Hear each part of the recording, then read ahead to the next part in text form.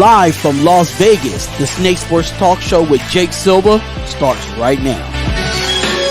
Oh, isn't this just a great and wild Wednesday? We are here and we are back in live. It's Jake the Snake Silva here on the... I don't know what happened to Jake just now. There we are. Yeah, hold on a second. We just got to end up getting the camera started real fast, but just give me one quick second, but we'll definitely be back up. But in the meantime, I know Darion will definitely get us up to speed real fast on some stuff here going on sports. Absolutely. So let's get straight into it. Jake, let me know if you do want to bring Mitch up, because Mitch would be our guest on the show here, only on the Spotlight Sports Network. I am the co-host of the Snake Sports Talk Show, which is Darion of Spotlight Raiders Talk, aka the guy when it comes to everything Raiders, everything Spotlight Sports Network. And we're just waiting for Jake. Some technical difficulties is going on his end for some reason, why his camera just could not come up. I have no clue. So Jake, give me a thumbs up or anything of that nature that you do want me to let Mitch up here, and we can start on the topics as well. Money making mini me Mitch would definitely be on here. Yes, he will definitely be in the building. I know my haircut doesn't look this best, so I'll definitely look better with a hat on. Me personally, he got the cricket phone. LOL. I don't think it had nothing to do with the cricket phone Raider earn. I think it has a lot to do with Jake's trying to connect his camera, his webcam device to the StreamYard. I don't know what actually happened there, but we're definitely going to get into some topics here, ladies and gentlemen. And the first topic that we definitely want to talk about coming into it, so we definitely need to talk about it. So I don't know what he wants me. Let me just text him real quick and see what Jake want me to do.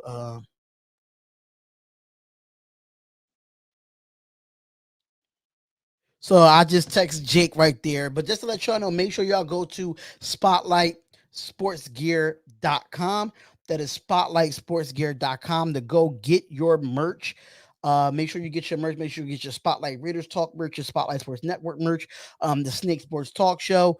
You got everybody that's definitely going to definitely for the holidays. If you want to get them a mug, a book bag, a hat, anything of that nature to support us, make sure you go to spotlightsportsgear.com and make sure you comment, like, and subscribe to all the channels. We are on ASAP Sports Network as well, on their Facebook and YouTube. So make sure you go over there and support those fellas over there at allsportsallplays.com. So the first question of the day that I really have, and I'm just going to take over until Jake the Snake Silva come on, because this is his show. I'm just a co-host.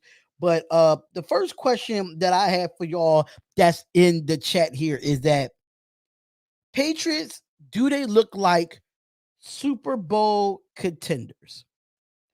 And I know Jake wants to get into this, even though that they did play Monday night against the Buffalo Bills, where they basically played Pop Warner football. They played Pop Warner football to a point where they just ran the ball all night. Mac Jones only attempted 3 passes. He was 2 for 3 for like 14 yards, if I'm not mistaken. But when it comes to him and when it comes to Mac Jones and his team, I got to give credit where credit is due. And Jake probably will agree with me here as well when it comes to it. You got to give credit where credit is due when it comes to the New England Patriots organization going out and getting the wide receivers, going out and getting the 2 tight ends of Hunter Henry and Jonnu Smith, going out and getting the defense that helped them get to get to where they at, which is number 1 in the AFC. So Jake, do you think that the Patriots are Super Bowl contenders? I mean, what do you think here? Well, this is kind of something that, breaking down and just looking at the rest of the teams in the AFC, because we look at, and what's funny about all this is that I look at this when it comes to, and I'm going to try my best as far as analogies go. But this is almost similar to how we look at it in the dating world, because everybody always loves what's on the outside. They do. The fact that they love the cool, they love the flashy. They like something that's a little bit more attractive. Like, everybody looks at the big thing because everybody's got the young head coach, everybody's got a young quarterback. And then when you look at New England's kind of like the smart, quiet kid that not a whole lot of people really talk a whole lot about. But New England is reminding all of the teams in the AFC.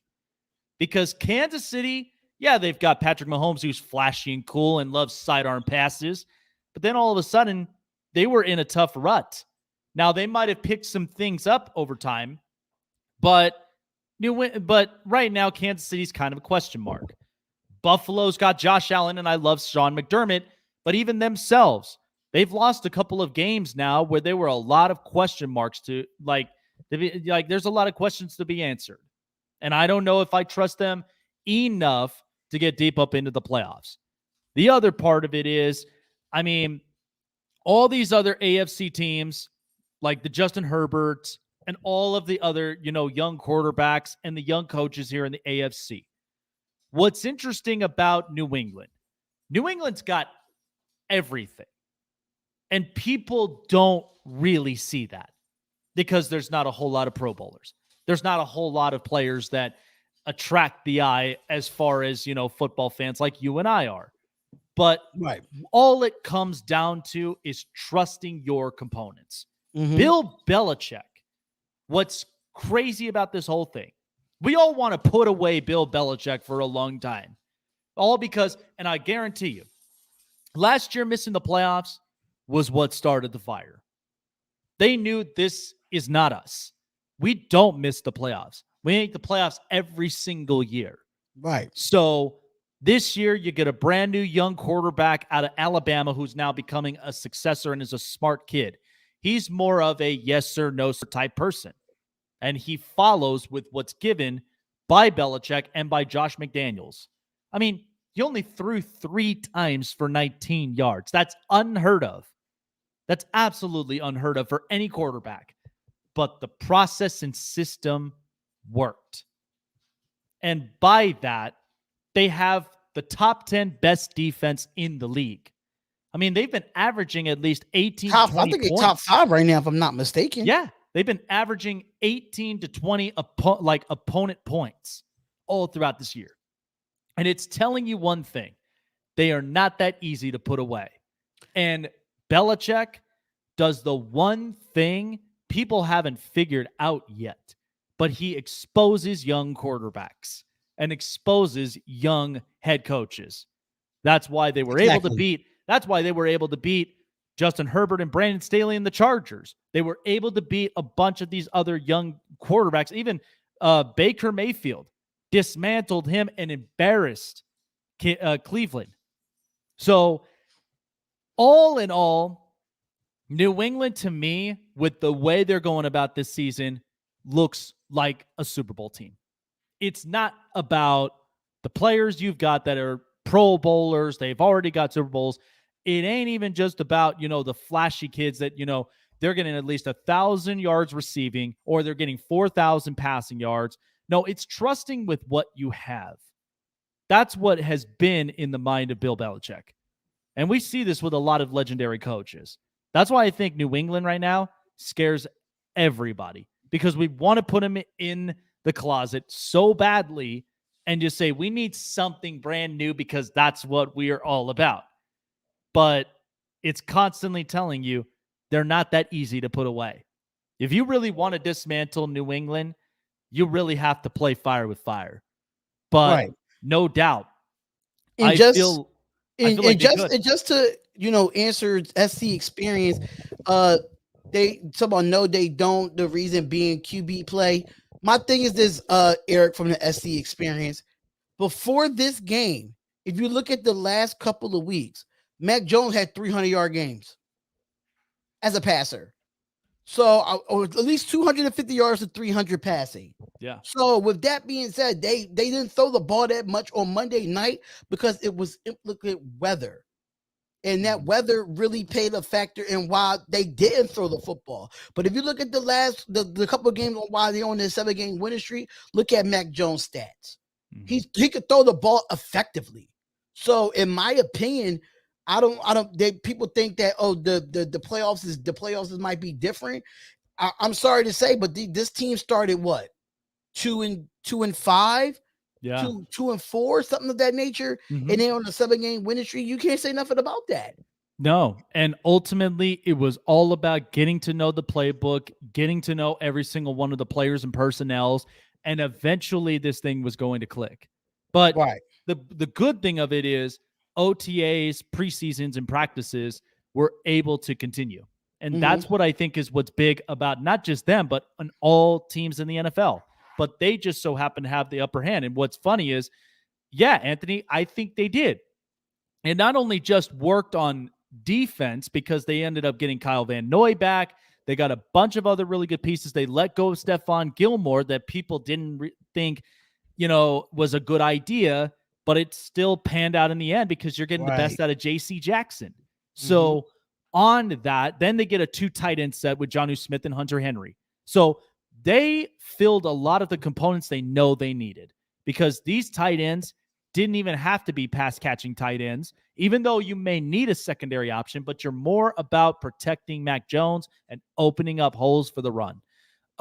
This is an interesting one, too. What would it take for to get Gen Z more interested in sports? Really, all it is, and it's not rocket science, but all you'd really have to do is you got to really pay attention to details. Because you'll see the difference. Sports is shifting. The nature of it is shifting because we all want newer. We all want flashy offensive plays. But what did we learn in the last couple of Super Bowls? I mean, take for instance when New England was in the Super Bowl against the Rams. It was all defense. All defense. Then when it came to Tampa Bay and smashing Kansas City, that was all defense. Figuring out Patrick Mahomes, and it exposed the offensive line. So part of that is it's old school infused with new school coaching. That's what it comes down to. Right. Belichick is such an old school, chip off the old block guy. That's why a lot of these youngsters, they're going to have their moments. They are going to end up going through their victories and defeats, but only the best ones are the ones who obviously pay attention to detail and they find it's a game of chess. Right. And that's why Bill Belichick's been playing this for so long. It's not even new to him. Definitely. So we'll definitely shift over to another topic because it brings me up to this one. But we'll definitely also. I don't know if you see the comment too about the whole Russell Wilson thing. I think we should throw that in there too. I did. I really did. That's going to be interesting. We'll definitely break it. That's why I put it out there. That's why I know. We'll definitely break. Yeah, we'll definitely break down more of it. Plus, also we've got Mitch Kofsky, who's big time in Philadelphia sports. We'll have him joining us here on the show, and then also NFL Prime predictions as usual, as all of you guys love it. I know we didn't get to week 13, took at least a slight breakout, and now I'm fully refreshed. Mind's back in the right place, and I'm just glad to be back up on. And I'll tell you this, though, Derry, just before we go on to the next segment, but I actually got a really, really good surprise from my girlfriend today because it is 4 months of us being together. So, but we're going to be going to the hockey game Friday night. And you know who they're playing, right? The Flyers. They're playing the Flyers. They're playing the Flyers. And I am again, I'm excited to be back in the fortress, and I'm excited to be back up in the middle of and I will be definitely blogging, guys, so you don't want to miss that. But here's my other thing. Because I have been keeping up with this. So college football has definitely taken a shift in the tables. Lincoln Riley to USC, Brian Kelly to LSU. And then, of course, I honestly think giving the job for Notre Dame was the smart thing they could do. Somebody who is internally knows all of what the insides are. But my point is, what I'm trying to get at is not only just that, right, but the college football playoffs, everyone has seen now. So 1 through 4, Alabama, Michigan, Georgia, and Cincinnati. Here's what's interesting about all four of these, because let me just tell you this. In the last few college football playoffs, in the last couple of them since it even established, I mean, I've always treated the four as the wild card program. That's how I've always treated it. And it could be anybody. Right. But the three who have been the normal of going into this college football playoffs, Alabama, Ohio State, sometimes bits and pieces, Notre Dame, Georgia for one, Clemson is another one. So there has been 8 teams, 8 of those programs that have been able to make it into the top 3. And then some would either end up as a 4. And my thing is with Cincinnati, because Cincinnati, I mean, it's kind of like one of those stories that we just love a new story. We love something that's new in college football because that's what we live for. But ultimately, you and I know exactly where Money in the Bank usually comes from. Because if we're talking Alabama, there's where the money is. If we're talking Ohio State, there's where the money's at. And a lot of these other top teams in sports and a lot of these top names. Nick Saban. I mean, this looks like I'm looking at this whole thing, and everybody wants to rant and rave about Michigan and Jim Harbaugh. But Jim Harbaugh, you have to think about how many times he has worked as hard as he possibly could, fell, and now he's in this position where they're number 2 in the nation. But the other part is, you look at Georgia, and look, I'd love to believe that Georgia is a very tough program, but we have seen Georgia time and time again. Do it over and over. Yeah, it's not new. The offense is so, like, it's good, and then the defense has had spurts where they're a really good defense, and then they're gassed. Cincinnati, you don't hear a whole lot of this program, but this has been a great story for them this year. But what's interesting of it, speaking of Notre Dame, they should not be at number 5. Well, but here's the thing about Notre Dame, what's kept the consistency is because this is what's going to happen with LSU. Brian Kelly is inheriting a tough program in the SEC, but has won a national title with Ed Orgeron.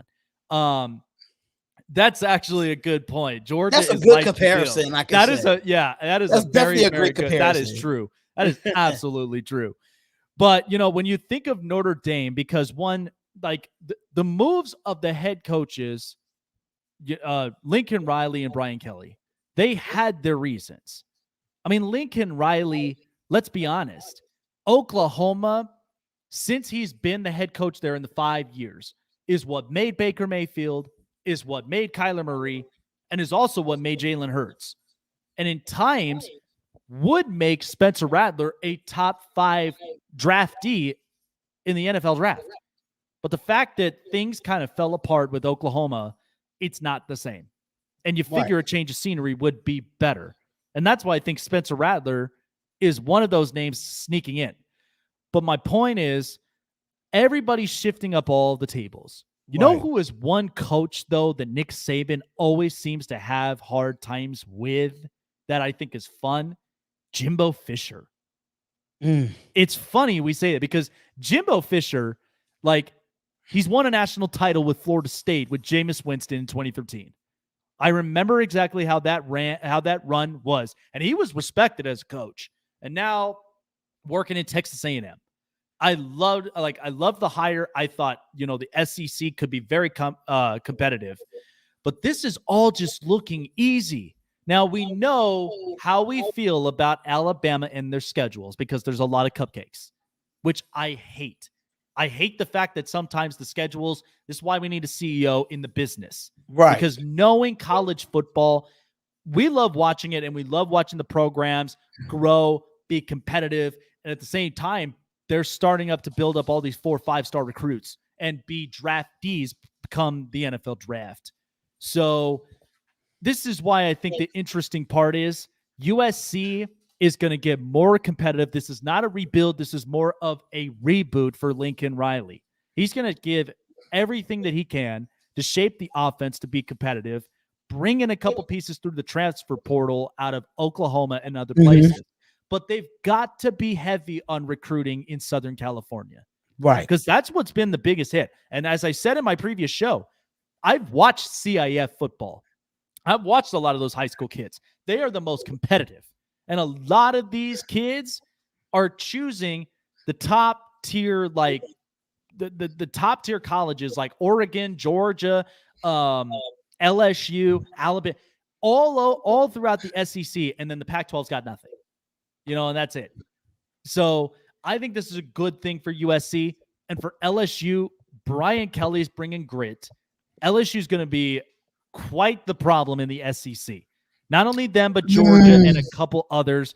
But it's going to take time with this because Brian Kelly's been known to keeping a team within the top 10, if not the top 15 in the AP poll. See, my thing with the college football, I think is like, I really love college football. I'm really a big fan of college football. And it's making me lose love for it, just the way all this stuff is going on in college football. Mm-hmm. Me personally, I think a coach should not take a job when you got your team into a bowl game. Mm-hmm. I think you should be able to coach that bowl game and then leave. Sure. Don't leave before the bowl game. That's just my opinion. Same thing for Brian Kelly. I think he should have left before the bowl game. I think you should have played your bowl game and then you accepted your job. That's just me. When it comes to this college football playoff, I think it's a bit bogus that Cincinnati is number 4. You can't get mad at them because that's the schedule that you gave them. So they just playing the people that's in front of them. Yeah. Same thing for Alabama, same thing for Georgia, same thing for Michigan. But out of all those 3, Cincinnati ended up winning out. They beat a ranked Houston in the conference championship. They beat a good SMU.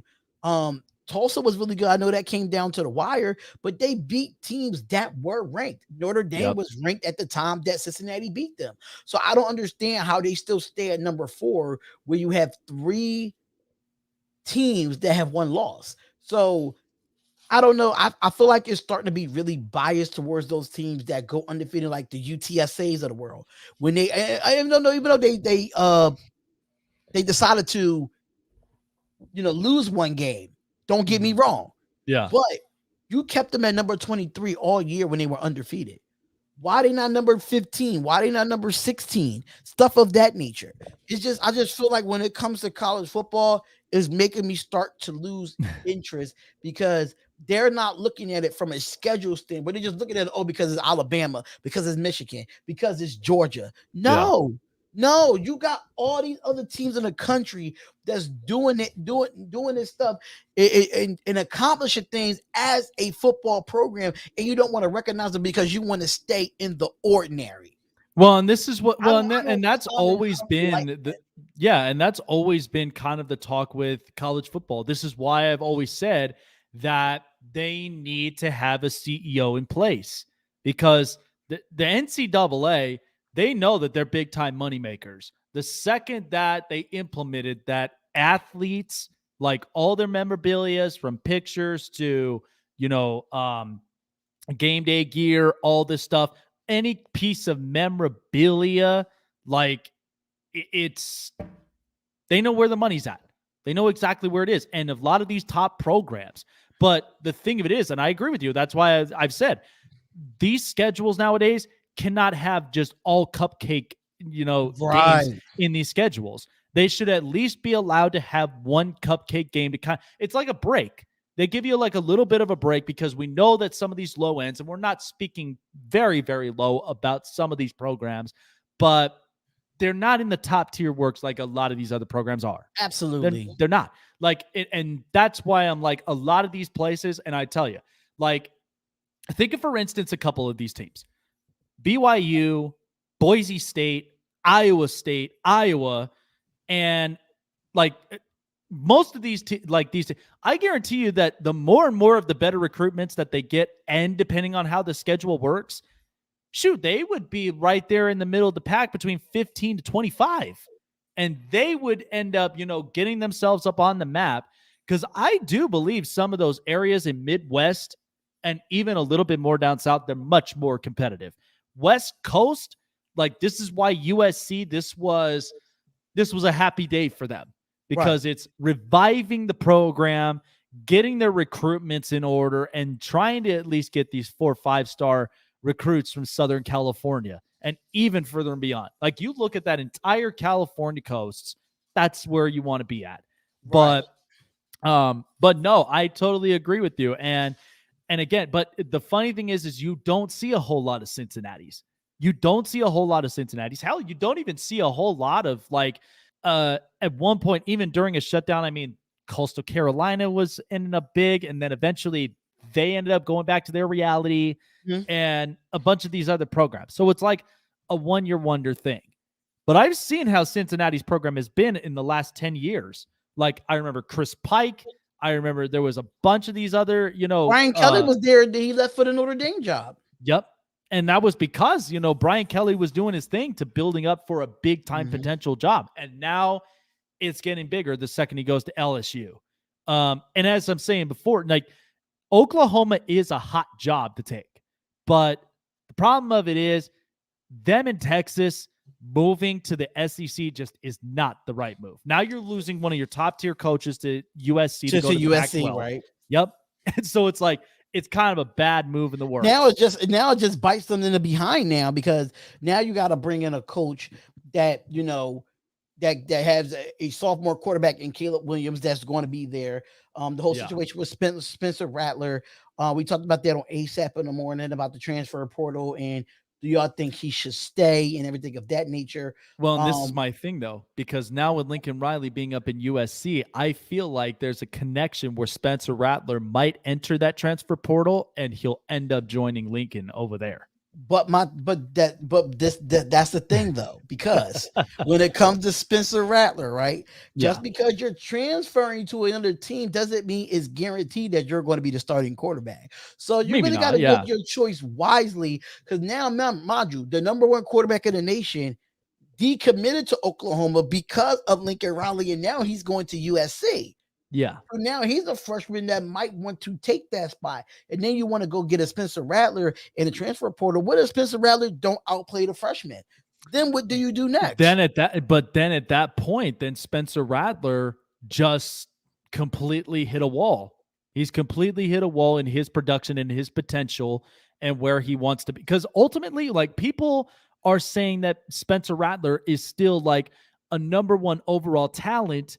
But the fact that the production, he got sat, and then all these other games that he's dropped duds in, like, it's going to completely just annihilate his production. So that's why I feel like him entering the transfer portal. Think of it this way: I think of it this like when I saw Jalen Hurts, because Jalen Hurts was not like, you watched that national championship game against Georgia, like not even in sync. Wasn't even like completely in sync. He gets benched for Tua Tagovailoa, and they completely annihilated Georgia. They then just turn it around in the second half. And then Jalen Hurts transfers to Oklahoma and learns Lincoln Riley's philosophy in offense. And then he's there and he gets drafted by Philadelphia, which even that offense now is starting to get better. And we'll have Mitch Kofsky to explain. But you got to think about it too. When Jalen Hurts got transferred to Oklahoma, who was the quarterback for Oklahoma? Baker Mayfield was on his way out. So they really not only that, but Kyler Murray. Kyler Murray ended up, that's what I'm saying. Like, so Jalen Hurts went into a situation where he knew that he could come in and be the starting quarterback. Unlike Spencer Rattler, he don't know if he's going to come in being the starting quarterback if he goes to USC. That's true. But the thing of it is too, like, and this is kind of my thought, because it can work in two different avenues. If he does go into that transfer portal and he gets picked up by USC, not saying it's a guarantee, because of course, you think about it, you got you got basically spring football around the corner. So there's going to be times where you're going to have practice scrimmage games. And the only thing that people are going to pay attention to is, can Spencer Rattler rebound himself? Now, they can work this one way or the other, because apparently in college football, people love split quarterbacks for whatever reason. Like, you have your guaranteed quarterback that's playing well, and you don't want to like completely get him out of sync. But then there's also some that they're splitting quarterbacks. So this could be a situation USC could do, but again, it could be it could be one of two avenues. It could either work really well for him, or he'll get out, he'll get beat out on that job by the freshman, and then USC, and again, ultimately Lincoln Riley's there for one reason, to getting USC out of this funk that they've been in for the last couple of years, ever since the Pete Carroll era. And Right. so he's going to do whatever it takes to make that happen. But we got a lot to talk about as far as, what's been going on with, the NBA and such. And of course, we know we've got somebody here that definitely talks a whole lot about Philadelphia sports when it comes to the Eagles, when it comes to the Sixers, and he's one of our best trustworthy colleagues here on the Spotlight Sports Network. And joining me now on the Global Satellite Network presented by StreamYard is our very own Mitch Kofsky coming up on here. Mitch, definitely cam up, buddy. There we go. I know you've been waiting a long time back there, but I know that's how we have to start off the show over here. It's a little bit different than what we do on the network, Yeah, very professional. I was on this once, back in the day. All righty. Yeah. So, Mitch, apparently rumors are heating up right now with the Portland Trail Blazers as far as what is fate in store for Damian Lillard. I've said this several times. He's going to want to go to a competitor. I think he's got so much talent, so much potential that the last thing you want to do is waste away all of that, and almost like a Kemba Walker situation, he's got nothing left. So, I mean, what exactly can the Sixers really do? Because knowing the position that they are in with the Ben Simmons thing, could Damian Lillard is something that Philadelphia is trying to put into the works to maybe potentially sneak their way into the Damian Lillard sweepstakes? Before we get into that, I don't know if Mitch saw the Bleacher Report that came out today about Damian Lillard saying that he's not asking for a trade. He did this. The star player did say he shut down the rumors saying that the ish is not accurate. That's what he tweeted. Okay. So I mean, before you talk about Damian, like starting to heat up again about Damian going to the Sixers, and he tweets out that he even actually have it's a video of him stating that. I mean, I don't know if y'all want to hear it, but I mean, just let me know. I can play it real quick. Yeah, might as well. Might as well, yeah. It's the first time I'm hearing it. Okay.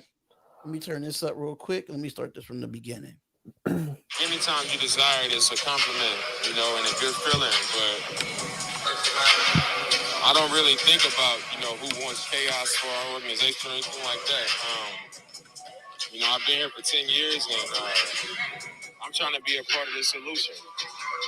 We are here to do a job. We are here to try to win, try to win big. And I feel like that's something that I'm here to do, and I'm just trying to be a part of the solution. I'm not trying to be a part of the gossip and a part of the story. I just want to be at peace and try to do my job to the best of my ability, and do the things that I care about and that I'm passionate about, and that's what I'm trying to do. So everything else is just what it is. The trade rumors are, to me, just knowing the truth about things, that gives me peace. I think this summer when I was, kind of more outspoken than normal or than usual about, really wanting to have a chance to compete and us making changes, I think people looked at that as a typical thing, like, he's going to ask out and all these things. But, I was always in contact with the team, and, they knew my true feelings. And I think because of that, now that we off to a slow start, we struggling and we've had some commotion around our team, everybody's just speaking for me. Dame's going to ask out. Dame is waiting to see how it goes. And Dame this, but, I know the truth. This article came out this summer, somebody like, I know from a source that was at Dame's birthday party in Vegas that said in 2 days he's going to ask for a trade. And I'm like, that wasn't said because I'm not asking for a trade. You know what I'm saying? Here we are months and months later. I'm still in the same uniform, and nobody has said nothing to this dude. You know what I'm saying? They don't have to. That's why they feel free to report whatever they want to report, because you have to answer questions about it. So it is what it is.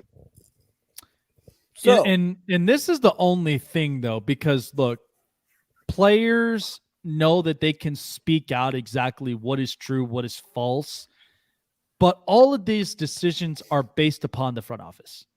Mm-hmm. It has to. That's why players have agents. That's why, you have a general manager in these positions. And again, we know in this new realm that we're in with the social media and how people kind of leak out a lot of these rumors. Right. But of course, nothing's being said that a lot of these rumors are false, like they're falsified. Well, he did say he it. Kind of did say that. He kind of did say it. He said that somebody went back and said that Damian Lillard was asking for a trade, and he said right there, point blank period, that he was not asking for a trade. Right, but at the same time, though, too, I mean, I'm more of the person that I'm like, I'm a wait and see type of person, and you may say some of the things, but then of course something else may end up happening like next week or next month that Damian Lillard just got traded to here and then becomes a complete curveball. Like we've seen this all the time. We've seen this in a lot of these players. They'll say that there's not really a trade in place. It's all falsified and all this. But then the organization makes the move. Damian Lillard is headed here. And that's going to be an organization move. It's not going to really be a Damian Lillard move. Right. Damian Lillard wants to stay in Portland. Yeah, Dame's very loyal. What I've heard, he wants to stay in Portland. But if he does get traded, it's not going to be his fault that he got traded. It's going to be Portland's fault if he gets traded. Right. Yeah, absolutely. But let's just hypothetically speak that if this is a potential somewhere, right, because we know that, Philadelphia, they're through with it with Ben Simmons. They need shooters. They need guys that could really, complement Joel Embiid and Tobias Harris. And even as well as, Tyrese Maxey and many others. So, do you kind of think that there are assets that Philadelphia may put in place if something was like this to happen? Yes, we do have assets. We do have valuable players off our bench. Like we do have Thibault, we do have Maxey, and we do have Sig Milton. But I don't know if we actually want to give up our bench for that. Maybe people are saying on Twitter, Tobias Harris, throw Tobias Harris in there. And I'm like, all right, maybe. But it's just like, it is what it is. But I wouldn't want to throw Tobias Harris in there because now that just put Dame in another situation where who's going to be his number two. So I don't know what people are talking about on Twitter. You got to think about it. Dame comes to Philly, you get rid of Tobias Harris and Tyrese Maxey. What does Dame have? He's right back in Portland all over again. Yeah. I mean, he'll have Embiid, one of the best centers in the league. But like he has in Portland. He has CJ McCollum. What else do he have? Yeah. Well, CJ McCollum. You get what I'm saying? So it's just like it's kind of like the same scenario. If we give up Tyrese Maxey, we get up Matisse Thybulle, we give up Tobias Harris. I think Tobias Harris and Damian Lillard will work together better than separate, in my opinion. True. Yeah, I can see that. I can definitely see that. And this is kind of where, we know that obviously when it comes to the trade deadline, there's going to be a bunch of moves being made. And I know that time is ticking right now for Philadelphia when it comes to Ben Simmons, because how much can they really, offer, and at the same time, what they could receive back in these instances, because they just want the drama to be done. They just want all of this to just be over and done with. Now, it is interesting too. Like I kind of find this to be very like, if in fact there is a deal in place where you can get Ben Simmons out, what exactly could be a good destination to really kind of get Ben Simmons out there? Because to me personally, I've always said Golden State, because if there's anybody that could really, get him out of this type of funk where still he's a fantastic defender. We know that for sure. And he could play up real good ISO ball, but at times you got to fix up his shooting. What are your thoughts? Of course, we got to fix up his shooting. That's the first thing. But for the teams, I mean, I've been hearing Sacramento. I've been hearing Portland. I've been hearing the Warriors. Like, there's plenty of teams out there that are good for Ben Simmons and what he can do. But here's the thing. Are they going to want him to play, like, 4-on-5 basketball again? Like, people are looking at that each time he has the ball and he's wide open. And it's just like, who's going to want that on their team? It's going to hurt them offensively. It's basically what we went with. So that's just me. Who's going to want that? Yeah, it's true because, I mean, how much of that are they really going to, really tamper with? And what is it that they're not going to really tolerate?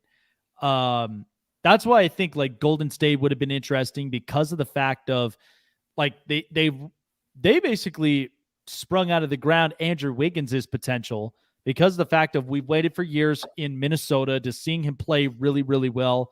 And there's been times he's played good and then just falls apart. And he hadn't played a lot of his production since his rookie season. So now in Golden State, it's completely different. So if Ben came to the Warriors, it would be a match made in heaven. He could be a true facilitator and not be required to. That's the thought. They probably wouldn't even need him to shoot. So I feel like that kind of destination from there, whether you do or you don't, I feel like he would just be, a very good serviceable defender. Somebody that even if you throw in like a Draymond Green in the middle of the mix or something like that, then at least they do have some type of defender there. Yeah, but I don't think he's the type of defender that Draymond Green is. Draymond Green could do certain things on the offensive side that Ben Simmons can't do. So you're taking that offensive side of Draymond Green away and putting Ben Simmons there, and Ben Simmons is not going to give you that move without the basketball or get you those type of assists that Draymond Green does. Draymond Green, even though I'm not really a big fan of him either, but I got to give respect where respect is due. Draymond Green does attempt to make shots. He does attempt to shoot, and he does attempt to score. That's the difference between Ben Simmons and Draymond Green. And then Draymond Green is not a selfish player. That guy can have 13 rebounds and 13 assists with only 6 points and still contribute in a win. Something that Ben Simmons can't do. That's true. And again, you kind of have to weigh it out because the one thing like Draymond, the only thing that kills me so much is just the amount of fouls that he gets every game. Like that's the one thing that does kill me. I agree. But that's where you see that you have like Looney coming off the bench, and then now you have Wiseman going to come back after he comes off an injury. So they do have those backups. That's one thing I can say about the Warriors this year. They did reload their roster. Oh yeah, they did. Oh yeah. And I mean this was the thing was because eventually Golden State was going to want to get back into their ways. They were going to end up being a competitive team. Now, could it be a potential NBA Finals team? We don't know yet. But Warriors? Oh yeah. I think they are. They are NBA Finals contender. Well, remember, and they're getting Clay back. Well, remember this though too, because a lot of those potentials is health. Because again, you are getting Klay Thompson back, but we hadn't seen him on the court now in the last 2 seasons. But he has been practicing with the team, so that's a good start. He's been playing in G League. Yeah, and so that's where I'm like, I'm kind of leaving that door like partially wide open, being partially, just being optimistic about it. But speaking of Philadelphia, we'll shift over to the Philadelphia Eagles because aren't people in Philadelphia crazy about this Minshew mania? After Uncle a big time win. So, of course, and again, I understand, the fact of this was why I said before that Gardner Minshew, like a bunch of other serviceable quarterbacks, is a guy you can trust that can really lead an offense well and could win just the games that are necessary. In Philadelphia's position, because of where they are right now in the NFC East, the Cowboys right now, they're kind of slowing down. And they haven't really played a whole lot of this ground and pound football, which has really changed. What are the potentials right now for Philadelphia to possibly sneak their way in and maybe spoil some hopes on the Dallas Cowboys? To me, it comes with the defense. The defense is not that good. I mean, we let up 18 points to the Jets, and time again with this Jonathan Gannon, our defensive coordinator, He's not doing the right sculpt. He's not doing blitzes. He's keep on being in zone. So I'm like, I don't see us making the playoffs based off our defense. I really don't. The defense is the Achilles heel. Yeah, I agree. And, and that's been one of the biggest things for Philadelphia is just the fact that the defense themselves had taken a hit, injuries, not to mention inconsistencies. But that's why I felt like, the offense, they needed to get that in sync because that was the part that was kind of saving their behinds on several of their games so far this year. And even for some fun ones, like, they lucked out against the Chargers, but they managed to make it a really competitive game. Same thing for the Kansas City Chiefs. I think the only game that the Eagles got blown out in was against my Raiders. Cowboys. No, I'm talking about in our division in the AFC West. Okay. In the AFC West, I mean, y'all beat Denver, and then I think that's the only win y'all have in our division. Right? Yeah. So, but I can say that honestly, I think the Chiefs should have been a win for y'all. They a lot of calls got called back in that game. The Chargers game came down to the wire, and I mean, of course, my Raiders beat the bricks off you. I'm just going to say that, but I mean, it is what it is. But I mean, y'all right now, well, and I when it comes to it, the Eagles they in a better position than the Raiders right now. So, well, here's the interesting thing though, because not only just the Eagles right now, like in the position if you look at how the division is, the Cowboys right now, because we know like where they're going to stand, they got an interesting game this weekend, and this is one that they can't afford to lose. Mm-hmm. So you got Cowboys in Washington. So this is now the next couple of weeks where they're all in division games. Yep. That's the hardest that it could possibly be. Nobody's going to be worried about the Giants because the Giants have a lot of inconsistencies there. Yes. And so they're we lost to the Giants. So what does that tell you? But again, the Giants could be spoilers. Way to make me feel better. But but the other thing of it is they could be playing spoilers. But looking at the rest of the NFC, because this is where I think the remains of the schedule right now really all depend on, do they have enough of the backbone to really push themselves up into the playoffs? That's going to be tough to really predict. But have the Eagles players really bought into Nick Sirianni's play, like just his philosophy so far since, kind of the rocky start to this season? I have to say yes and no. Because in the beginning, how in the beginning we weren't running the ball, players were upset and everything. And after the whole Flower press conference, after that whole shit, we went on 3-1. So I'm like, I don't understand what's in those flowers. I don't know that. But are they buying it now?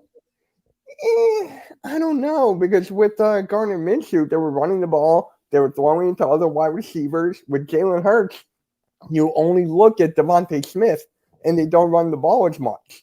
Yeah. So it's just like it's mixed. It's mixed. So for me, Jalen Hurts is still our quarterback. I hate saying that, even though I question that time and time again. Yeah, I'm getting tired of this Minshew mania after this one game. I'm sorry, but like I from what I've saw in the Jets game, I understand it's the Jets game. Yeah, but Gardner Minshew looked good. He did. He really did. And then the thing about it is, I said this in last week's game, and I said this to my father because my father's an Eagles fan as well. You got Zach Ertz. You got rid of Zach Ertz. You paid Dallas Goedert. You paid that man. You throw the ball to him like he just got paid. In that Giants game, y'all barely threw it to him. Gardner Minshew looked at him every time. So, I mean, it might be a Jalen Hurts thing that he's not really seeing Goddard, or is a play calling thing. But if right now the receivers is not top notch, right now Goddard is your best receiver, in my opinion. Yeah. In my opinion. So to get Dallas Goedert going, it gets everybody else going. So that's it's like an entire sync game. Yep. Right. And that's why I feel like Gardner Minshew is a better fit right now because Jalen Hurts is banged up. I understand he's a dual threat. He's the RPO. But right now, you want to go off and ride that wave with Gardner Minshew, and you can make the playoffs with him. Yeah, but I just can't see that. I need to see him against the Washington football team in that defense. Washington football team's on fire. They're on a 4-game winning streak right now, 4 or 5. So I need to see Gardner Minshew against that team and not the Jets. I think you will, because if you look at the Washington football team, knowing that we lost to them, 17-15, it's a possibility. I mean, they struggled against us and we struggled against them as a Raiders fan. So like, even though that front seven is really good, but if y'all can establish a running game on them, and I think it's a possibility. It's really a possibility. But what my biggest concern about Philadelphia is like I said, your linebacking core. That's my only issue. You have a good front four, you have a nice little back end, but that middle of the field is what is your Achilles heel for your defense. Now, for the offense, like I said, wide receiver is really something that's a concern. Jalen Reagor is not the answer there. I'm not trying to be smart, but he's really not. I agree. Really I really agree with that. Watkins is good. Ward is okay, but everything in that nature is not really a true number one in Philadelphia. And that's what I think you're missing. Yeah, I agree. We need to get a veteran wide receiver. We do. And with Howie Roseman as the GM, I don't see that happening. Like we're in a tough predicament. Like with the linebackers, I was actually talking about this with my friend the other day. Do you think we should have drafted Micah Parsons instead of Devontae Smith? Because if we drafted Micah Parsons, our linebackers should be great, but our wide receivers should be bad. But this is I would love to answer that. I'm gonna let Jake answer that too. And in my opinion, I think you went with the right choice with Devontae Smith, because right now he's not a number one, but he will be your number. Mm-hmm. Oh yeah. You know what I'm saying? So even though you just gotta have a veteran on the opposite side of him that will roll the coverage to get him open, like what Adam Thielen did with Justin Jefferson in Minnesota. So and then what Philadelphia did was, even though you didn't get Michael Parsons, I know he was kind of one of the best linebackers in the draft, but you had a Jabril Cox, you had a Jamin Davis, you had a lot of people that came out of the draft that the Eagles looked over and they didn't really address the linebacker position. But Jake, what's your thoughts on that? No, I totally agree about that, because the fact of in the last couple of years for the Eagles, it's kind of like it's like a pendulum swing for them, because the fact of the matter is this was the inconsistencies, wide receiver and linebacker. That was the only thing that really hurt them the most, because health was a big thing. I mean, you had a lot of these practice squad wide receivers that all of a sudden, when Carson Wentz is there, they turned him into like B+, A- wide receivers.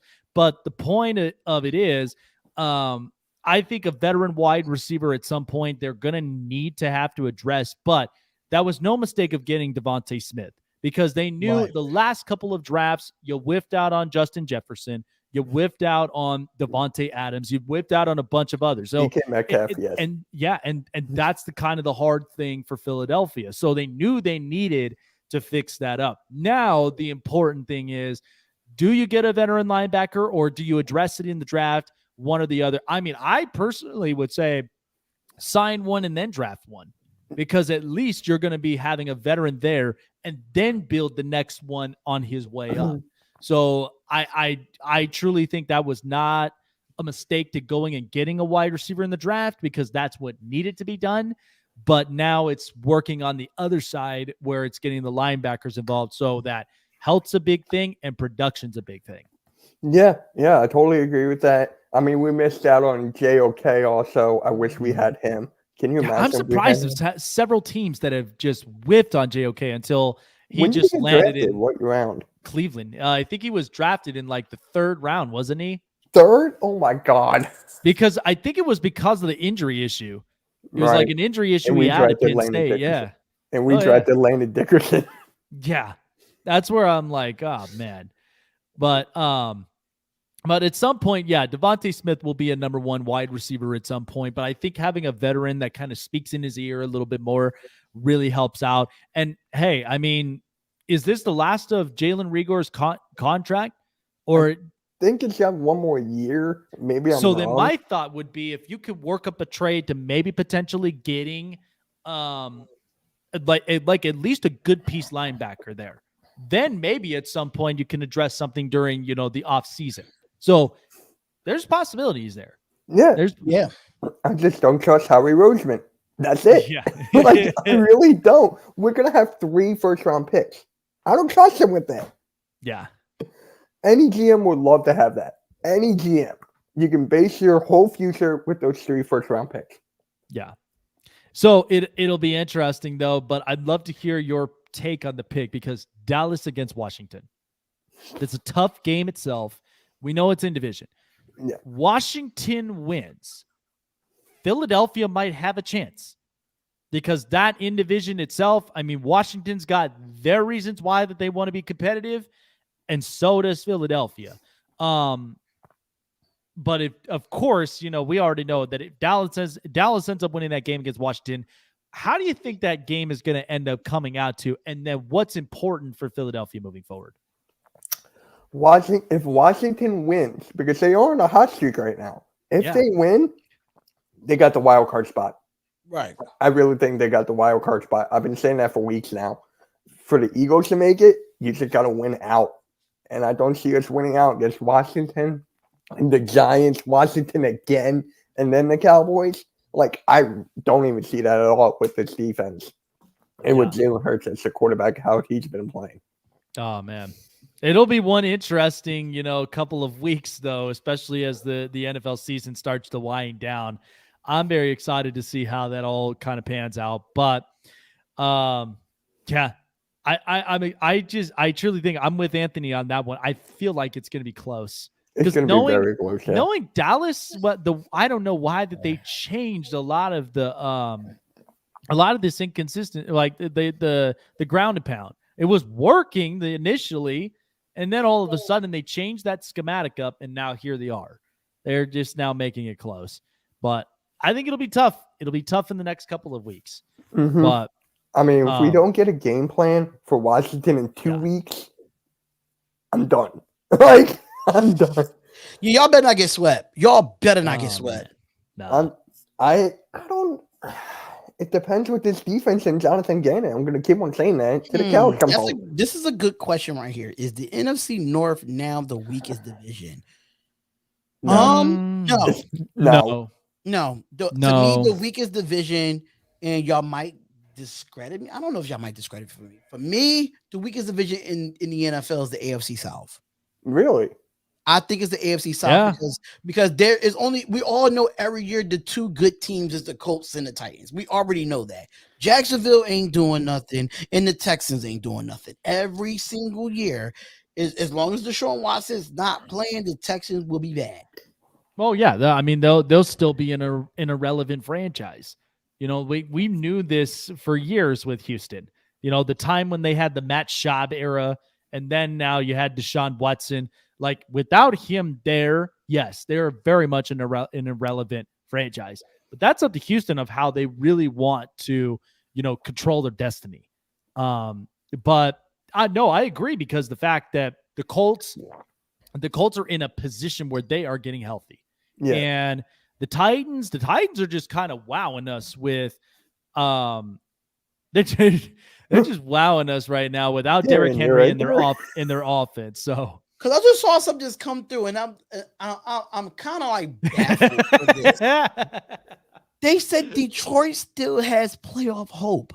No, they don't. It says, according to NFL on CBS, how can the 10-1 Lions get into the playoffs? No, stop We're really glad you asked because we have identified the path. Oh, my God. Week 14 results. The Lions are going to have to beat the Broncos. Steelers have to beat the Vikings. Cowboys have to beat Washington. The Texans have to beat the Seahawks. Jets beat Saints. Panthers beat Falcons. Chargers beat the Giants. Bengals beat the 49ers. And Packers beat the Bears in week 14. Then you have week 15 where you had the Lions got to beat the Cardinals, which that's definitely out. The Eagles beat Washington. You have the Cowboys beat the Giants. You have the Bills beat the Panthers. Falcons beat 49ers. Rams beat Seahawks. Buccaneers beat Saints. Bears beat Vikings. Week 16, Lions got to beat the Falcons. I think the Lions can beat the Falcons. Falcons is not that great of a football team. Then you have the Titans beat the 49ers. Eagles beat Giants. Buccaneers beat Panthers. Rams beat Vikings. Seahawks beat Bears. Cowboys beat Washington. Dolphins beat Saints. Week 17. This is crazy. This is just This insane. is just Lions beat Seahawks. Wow. I can see the Lions beating the Seahawks. Seahawks is just not that great of a football team. Panthers beat Saints, or Panthers and Saints in a tie. What? what are you my reading? God. Eagles beat Washington, Bills beat Falcons, Texans beat 49ers, and Packers beat the Vikings. And then week 18 results, the Lions got to beat the Packers, Saints beat the Falcons, Giants beat Washington, Buccaneers beat Panthers again, Vikings beat the Bears again, and Rams beat the 49ers. So the Lions would clinch the playoffs at 6-10-1 if that happens. Oh my God. So basically, they have to win out and hope on miracles.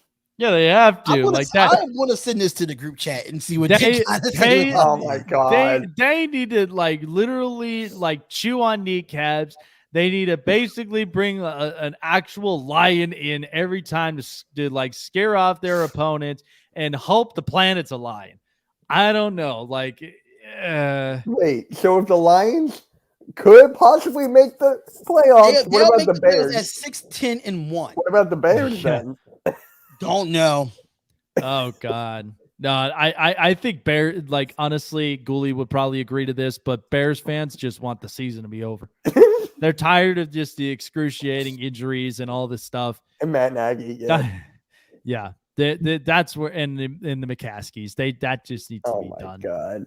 That just needs to be done. But anyway, just let you know, I sent it to the group chat. You know who the first one that said something, right? Of course. Are you ishing me?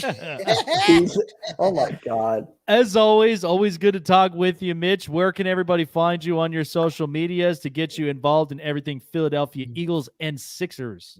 Well, you can find me on YouTube, on Mitch Kofsky, YouTube, Twitter, Instagram, all that. You can find me a part of Spotlight Sports Network. I have my own show on Tuesdays at 5:30 p.m. Eastern called MK Headlines, where we talk Eagles, Sixers, have debates, and all that stuff.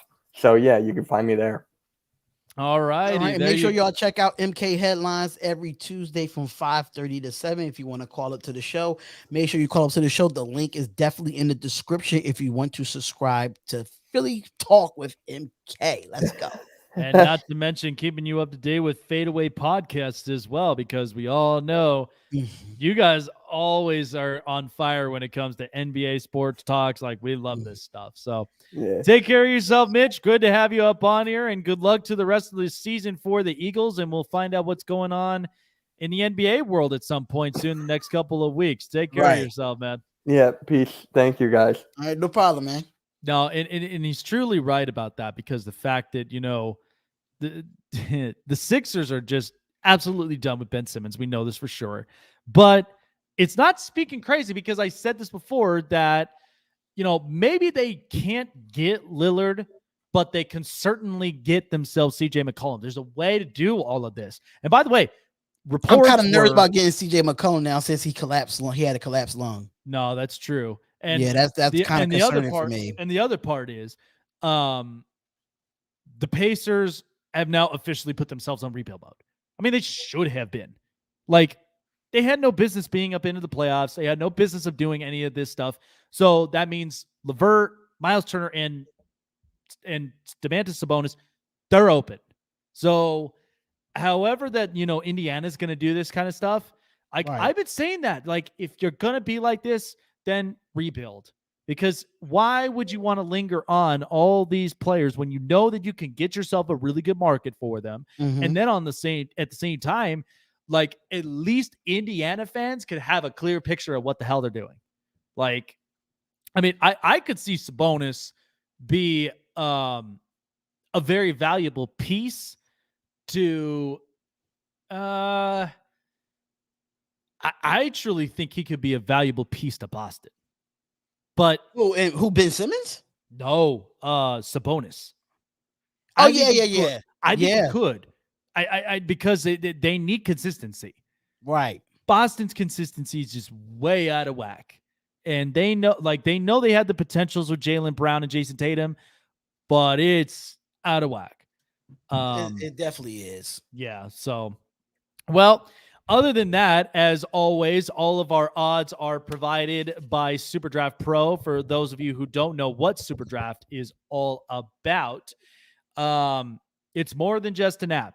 You guys can definitely play up on there. You get paid to play free games on SuperDraft Pro.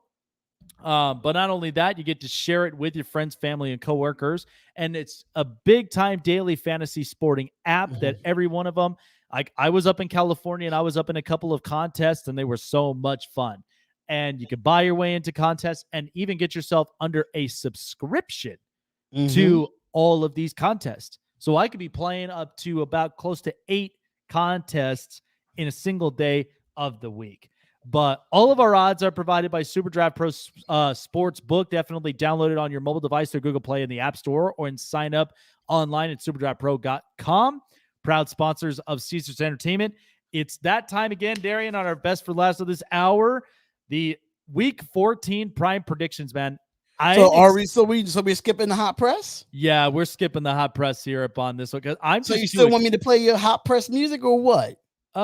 Actually, I've got music that'll definitely hype us up over here with this. Because we're not on the same page. You're supposed to send me that music, man. I know. I'm gonna send you that music, man, for sure.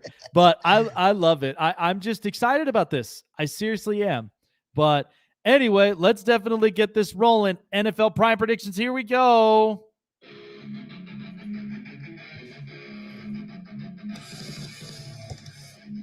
Let's turn it up. It's Jake's prime predictions. Steelers at Vikings. I'm going to take the Minnesota Vikings. You think I'm crazy about this game. Okay, first of all, I know what I'm getting out of both offenses, okay? Both offenses are not that sexy. By the way, Minnesota is without Adam Thielen, so that means KJ Osborne's going to get up more opportunities to get in the football, but I think it's going to be more reliant on Justin Jefferson. By the way, Pittsburgh's defense has had wear and tears, and they have had the last couple of games I've watched with Pittsburgh. It's a sorry offense. At the same time, defense has been tired. This is Minnesota's opportunity to really sneak in a win here, and Pittsburgh being on the road, they're going to be in not only just cold weather, but they're going to be in an environment where Minnesota, they got to get this game. And so I feel like Minnesota could steal this one away. Dalvin Cook may be back.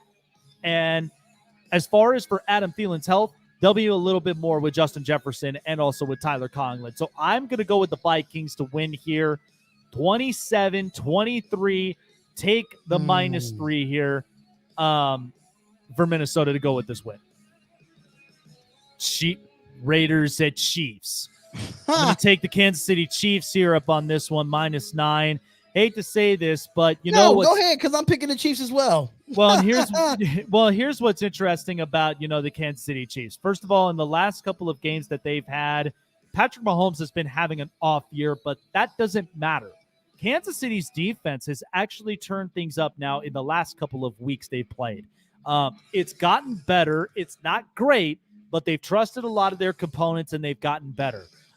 Kansas City knows exactly how to work all their components. So, and as far as for the Raiders are concerned, this is a tough point for them because they're coming off of a bad loss. They're coming off of where, this performance this is what I've been talking about. Inconsistencies with the Raiders because they need to have everybody up in sync. And I don't feel like right now we're seeing a lot of those problems. So and I just want to throw this in real quick. The Raiders have been checked out since the Giants game. Since Henry Ruggs has got the accident, the Raiders has been checked out. Period. Yeah. So I don't see the Raiders winning this game at all. I think it's going to be bigger than a 9-point spread. Yeah, I mean, who knows? It may be bigger, but I'm going to take that -9, and I'll go with the final score 30-20 in that game. Saints at Jets. I'm going to take the New Orleans Saints here. Now, by the way, good news for Saints fans. Taysom Hill and Alvin Kamara were full participants in practice with the knee and the finger injury. Now, Taysom Hill, it's questionable as far as the start with the quarterback position because of the fact of having that finger issue. But Alvin Kamara is exactly a full go with the knee injury. So at least Saints fans can be excited that he'll be back and healthy, especially against a young Jets team. Zach Wilson will be out on the field. I think this is going to be just an interesting game. So I think New Orleans might pull this one out. I'm going to take them to win 27-21 and take the minus 5.5 here in this game on the road in New York. Yeah, I'll take that as well. Cowboys at Washington. I feel like this is an interesting game of the week if you're an NFC East fan. I'm going to take the Cowboys here, minus 4.5. Look, I know Washington is brittled up right now with injuries, but at the same time, they've been riding a really good streak. Taylor Heineke's been looking really good. I think they've only suffered like one loss at least in their streak. But Dallas needs to start to ground and pound more, because that's what's been clicking for them in the first 5 weeks of the season. And for whatever reason, they haven't been like that. So especially as how high the stakes are in an NFC East matchup like this, I think Dallas is going to want to end up getting payback. Right. Now, this is tough because in divisions in this next couple of weeks will be interesting to decide who wants the division more, but not only that, but who wants the playoff spot more. And I think Dallas, I think they can figure that out, and I think they'll go back to exactly what they were in the first 5 weeks. I'm going to take them to win 27-20 against Washington. It'll be a fun, entertaining game, but don't be surprised if Taylor Heineke pulls something off that a lot of us didn't really expect. 27-24.5. I take the Cowboys here. Oh, you're taking the Cowboys. Surprising. Yeah, but I do think it'll be an interesting close game, though. Yeah. Seahawks at Texans. Kind of a snoozer here at this point, but I'm going to take the Seahawks to win 7.5. Look, Houston, we already know where they're sitting at. And Seattle right now, there's too many inconsistencies. But Russell Wilson is the reason why that Seattle still kind of sticks the glue. But I don't think this is quite a mismatch. Now, by the way, Houston did, in fact, release that Zach Cunningham has been released. So that's going to expose their linebacking core. Zach Cunningham, he's been getting a couple of offers now as a free agent after this was supposed to be like a 4-year deal that he signed. So I think the maybe more of the midfield game could be an issue for Houston. So that's why I'm going to take Seattle 7.5 and win this game up 30-20 on the road, knowing with the news that the Texans had without Zach Cunningham. Falcons at Panthers. People are going to call me crazy, and I know for a fact that I'm crazy for even pointing this out, but I'm going to take the Falcons. Okay, I know the Falcons are snake bitten when it comes to, to sports bets. Nobody trusts them. I don't trust them. But I have seen this kind of charade before between the Falcons and the Panthers. Right. And the last few times, the Falcons have been pulling off something very, very interestingly. Now, it'll be interesting to see how Matt Ryan in the offense really plays up here. But Carolina right now, inconsistencies with their quarterback situation. Not to mention, too, the offense hasn't really been getting going. Christian McCaffrey is just injury prone. And so this is kind of a mess right now for Carolina. And here's the other thing. They also fired their offensive coordinator, Joe Brady. So that means I thought was dumb. So did I. But here's the thing, though. It's no surprise because Dave Tepper is he's very a competent owner. He doesn't want to build. He wants to see successes right off the gate. So that's why I think Atlanta might sneak a game here at plus 2.5. Like it. I love it. Do I trust it? Not as much, but I do like the point spread at least 2.5. So I'm going to make this a close game, 23-21. I just think this is going to be a mess. Ravens at Browns. I'm going to take the Browns here in this game. Listen, the last couple of weeks for Baltimore fans, I've been kind of concerned of their offense. This offense has not been the same so far. And by the way, a lot of their points now, they've been scoring up to about 18 points on their offense. That's kind of, that is all that just gives you eyebrows up. Like, it shocks you, and there's a concerned face as well. But the Browns defense have still been playing really, really good, despite the fact of all that's happening in their quarterback position. I don't think right now, and by the way, Baltimore lost Marlon Humphrey for the season. That's going to hurt. That is going to hurt. So that means Jarvis Landry and a couple of other wide receivers, they might have a field day. But it could be interesting one way or the other, but I do think Cleveland might get their payback here. 24-21 is my final score. It still would be close because, again, I don't trust AFC North matchups all that much, but I think the Browns could do it at -2.5.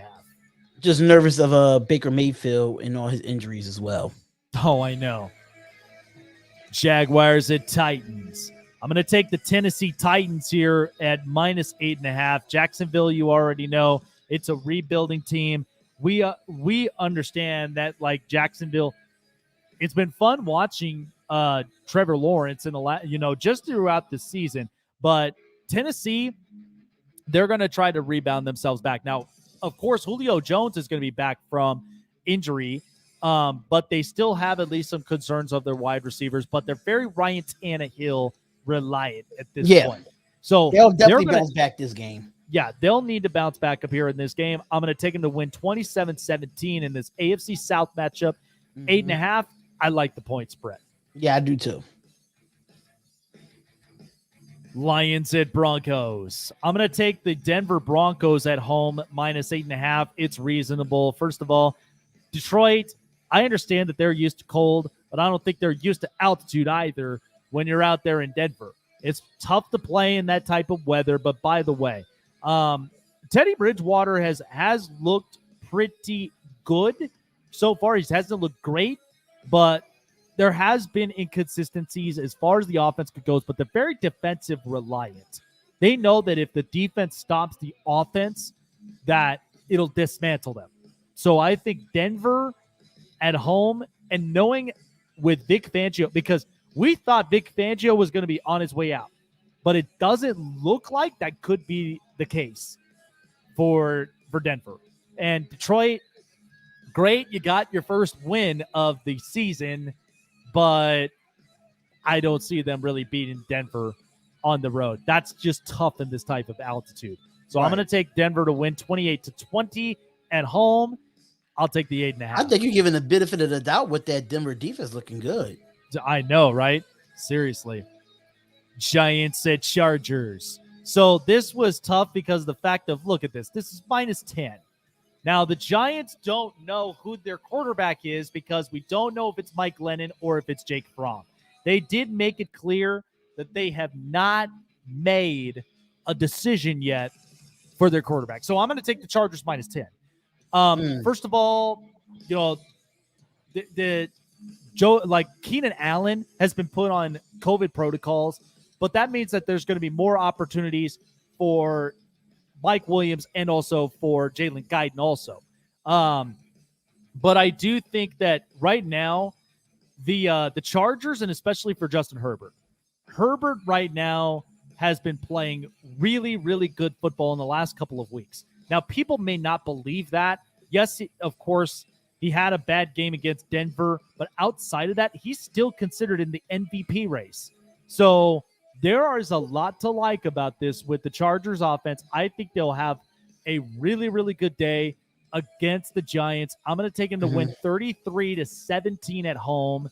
But again, the Giants defense, they might pull something out. I don't know what Joe Judge has in stake, but I think the Chargers might win this one. I like that -10. Right.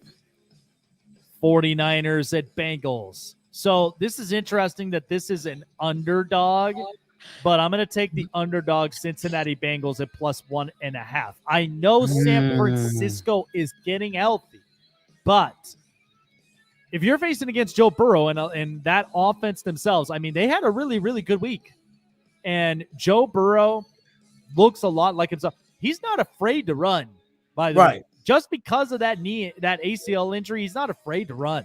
Yeah, he's not. I think this will be a competitive game. Now, Cincinnati does need to figure out how they're going to contain Nick Bosa and a lot of these edge rushers, even Eric Armstead. But I think the 49ers, I do like their potentials, but I think this is too good to pass up on an underdog. So I think if 49ers win, that'll say much that the 49ers, they're not out yet. I think they might look at the next couple of weeks and they'll need to put up a streak. But I'm going to take Cincinnati and take the 1.5 on this game and make it 23-21. God, that's such a close game, but I can't pass up on an underdog like that. Right. Bills at Buccaneers. I'm going to take the Buffalo Bills as an underdog plus 3.5. First of all, you don't get embarrassed at home against New England like that. First of all.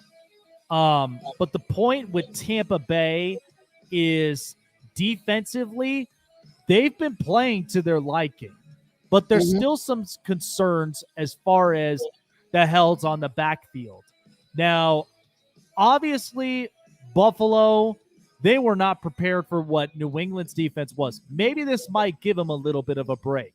So I think Stephon Diggs and Emmanuel Sanders might rebound themselves and try to see what they can do against Tampa's defense. But ultimately, I mean, Buffalo has to say the same on their defense also against Tom. So I think this will be an interesting one, an underdog game for sure. 28-24 is my final score. I think Buffalo is going to really reverse what happened last week against New England, and I think they'll get the job done at +4. Bears at Packers. I'm going to take the Green Bay Packers here in this one. I mean, this is just so much inconsistency right now with Chicago at this point. Justin Fields is cleared too. He is. Yeah, Justin Fields is cleared. He's been practicing. So that's a good positive nod. But besides all of that, Chicago, they just want the season to end right now. There's just so much that's happening with the Bears, with their offense and their defense. I just think right now, just not going to look good. I think Green Bay is just going to be walking all over them. And Chicago's just going to be walking on eggshells. So I'm going to take the Packers to win outright 35-20 on that -12. Rams at Cardinals. I like this Monday night matchup, but I do think the Cardinals have something to say against the LA Rams. First of all, since the OBJ acquiring, this has been a completely different offense. This is why Robert Woods is so valuable to this Rams offense. That's a fact. Even with Cooper Kupp. So I do think that the Cardinals, because of the way that they're playing and with the experiences on their defense, is going to cause a lot of problems for Matthew Stafford. This was the concern people had for the Rams. So I think right now we are witnessing that. And I think the Cardinals, knowing this is an in-division matchup, this is very important for them. So I think they're going to win this one and win this one big, knowing it's a Monday night game, 30-27. I love it. I love the fact that it's only giving me 3, but that's more than enough that I would need against a Rams team. They just need to find their identity. They really, really do. So I think the Cardinals will win this one. All right, so that is your prime predictions right there. So all above, I've got a lot of favorites up in here. Vikings, Chiefs, Saints, Cowboys, Seahawks, Browns, Titans, Broncos, Chargers, Packers, and the Cardinals. And then a couple underdogs in the middle of it, Bills, Bengals, and the Falcons. Now, again, I don't like to touch this game with the Falcons and, of course, you know, and even the Browns in the Ravens game, but I just have a feeling that the Browns will end up winning that game out, knowing the inconsistencies of Baltimore, and the Falcons might sneak that one over past Carolina. But ultimately, I do love that Monday night game. I think that Monday night game, super competitive, but it's going to tell you a lot about if you're the Rams, what do you do? Because now without their tough component, I love Cooper Kupp, but this is part of the reason why the Robert Woods was such a valuable piece. So, and OBJ is just not the answer. So this has completely changed this offense. So I think they've lost a lot of their identity, and they got to find some way to get it back. So I like it. I like these picks. So Yeah, I do too. I think this will be interesting to see how week 14 really pans out, but I think this will be good. Well, folks, as always, Jake the Snake Silva and, of course, Darion Hopkins here on the Snake Sports Talk Show. Signing off. We really do appreciate every single one of you guys. And if you haven't done so already, like, subscribe, hit the bell button for all latest notifications as we were live on Facebook, YouTube, Twitter, Twitch, and so much more. Also on Instagram. So definitely follow us. We appreciate your guys' love and support, and also rep up for the Spotlight Sports Network as a whole with all of our merchandises, hats, hoodies, t-shirts, and sweats, and so much more that you can find here on the Spotlight Sports Network merchandise section, powered by Spreadshirt. Yep. Oh, man. You ready to close us out, man? Like usual. Yeah, I'm ready to close this out, man. Make sure y'all comment, like, and subscribe to the Snake Sports Talk Show. The road to 1K for him is definitely there, so the link is in the description. Make sure you subscribe to the Spotlight Sports Network. We're on the road to 1,500 subscribers over here on the Spotlight Sports Network. Make sure you go to spotlightsportsgear.com. Get your merch for the holidays. We will be having holiday discounts come out really, really soon. And I want to shout out to Donte, because Donte is Coach Donte is the number one seller on the Spotlight Sports Gear. So shout out to him for that. And peace, love, and blessings to everyone. Make sure you stay safe. We'll see y'all next Monday, same time, same place, all here on the Spotlight Sports Network and Snake Sports Talk Show. We love y'all. Peace, love, blessings. We're out of here. See you guys soon.